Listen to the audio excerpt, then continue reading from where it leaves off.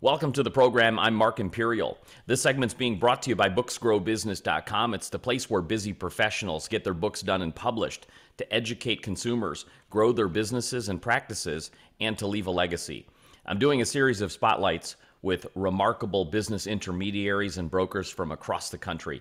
And joining me on this segment is Ryan Hemmert. He's the founder of Washington Business Brokers.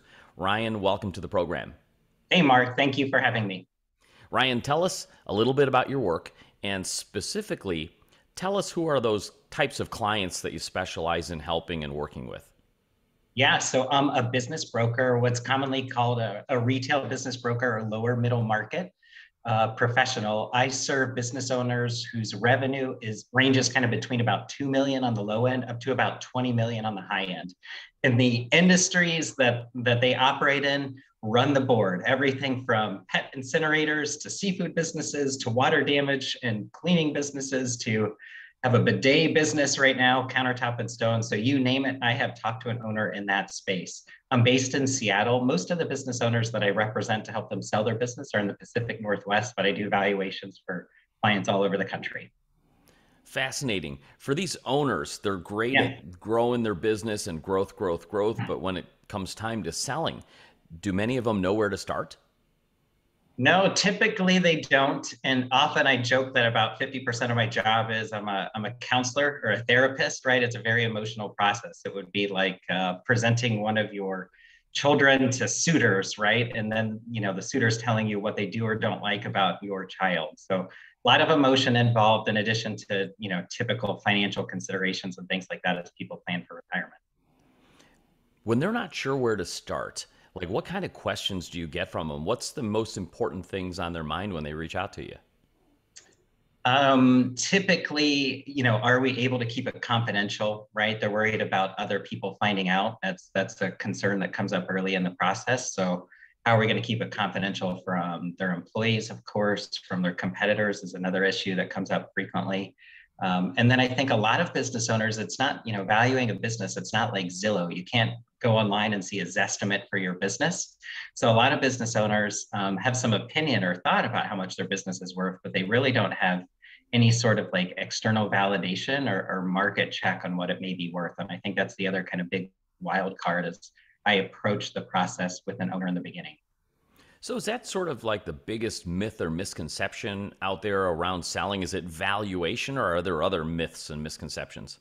That's definitely a big one. And I would say that, the number one reason that a business don't sell, and by the way, 75% plus of businesses that are brought to market never actually transact, right? The number one reason for that is an unrealistic expectation of value. And, that could be largely driven by a seller who wants to achieve X for their business, or their cousins, uncles, friends told them that, a water damage business in Seattle should go for a multiple of 200x revenue, right? Whatever it may be. And so you can price, a business at whatever number you like. That doesn't mean that someone's going to buy it at that price. So we're coming out of a pandemic now, and although that's triggered a lot of people to thinking, hey, it might be the time to sell the business, but they're also wondering at the same time, is this a good time to sell a business? What have you seen in your market and in your area in this economy? Is this a good time to sell a business? It is, right? And I'd say that there's three types of businesses. If you step back from industry, there were those that actually benefited from COVID, right? And, we can all think of some of those businesses in our local community. There were those that were unimpacted because of the nature of their business. And then there were those that were hit really hard, unfortunately, right? We all know, like restaurants, hotels, anything hospitality related. So we all know, examples of those three types of businesses, provided you're in the neutral category or a type of business that perhaps even benefited from COVID. If you're in those two buckets, it's a fantastic time to sell your business, right? There are a lot of buyers. I have 2 deals under contract right now. One closes tomorrow. There's no financing involved from the buyer, right? So there's no financing contingency. It's not dependent on interest rates and things like that. A private equity firm, is involved in that. And same thing for the other transaction. And what I would say there is like, people see headlines about interest rates and things like that. But I'd remind folks that for a lot of buyers, they could be cash buyers for a business, or they could have access to like institutional capital where interest rates aren't necessarily a factor.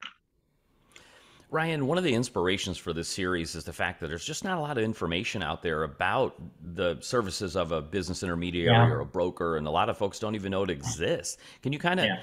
give us a 10,000-foot view on the type of value that you bring to the table in helping these business owners getting the most for their business? Tell us about your role. Yeah, sure. So at a very high level, a business broker is going to do three things for you.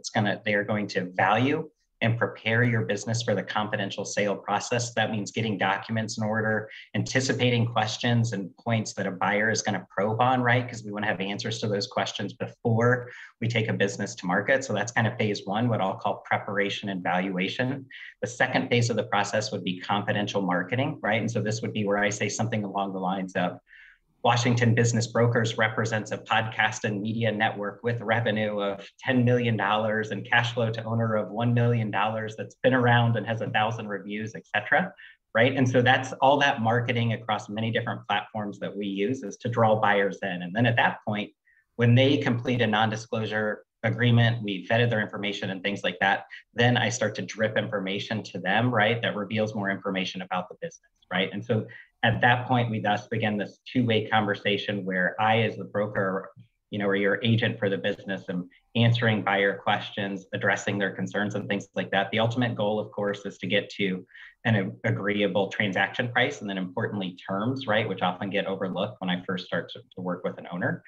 Because if we agree to sell your business for $2 million, but the buyer is going to give you $1 a week for the next zillion years, right? That's not the same thing as $2 million in cash at close, right? And so terms are just as important as price.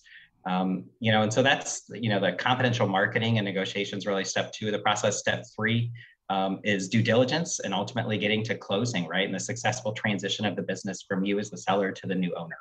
The other thing I would say is that a lot of times when I talk with an owner, they'll ask, Ryan, are you an expert on media and podcast business? Are you an expert on pet incinerator businesses or whatever it may be? And I always tell people, like, my role isn't to be an expert on your business, right? I'm an expert on the process of selling a business, which is a unique skill set, right? So I do have my CPA license. I have a real estate license.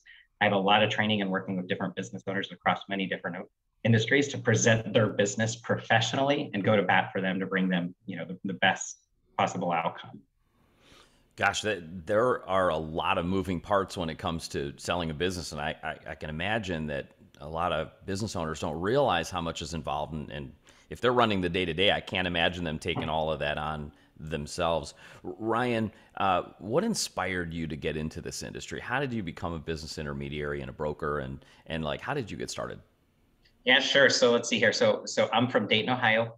My parents owned a donut shop there, and when they went to sell, they were not aware of the role of what somebody like me does, and they ended up selling. In their instance, the situation worked out okay. They sold to a longtime loyal employee, right? And importantly, we're able to finance the transaction, right? And I think a lot of owners would love to sell to an employee. However, in many instances, their employee doesn't have the cash or the financial capacity to take something like that on. And so, seeing my parents' situation, how they went through that. I also have an uncle similarly in Dayton, Ohio, who has a B2B business. He doesn't know what he's going to do with it, right? His employees can't handle it and things like that. And so that kind of opened my eyes up to, hey, there are millions of businesses across the US that were started in the 80s or the 70s, right? And they don't really have an exit plan, but they're great businesses. So that was a big part of it. And then two, I love the mentality and the energy level and the accountability of business owners, right? And they're kind of get stuff done type people. And, and I like that, right? And that inspires me and drives me too. And I find that I gel well with those types of people. Oh, I love it. Ryan, before I ask you my last question, is there anything that I didn't think to ask you that you feel is important to share for business owners today that are considering selling in this economy? There's three things that need to happen, right?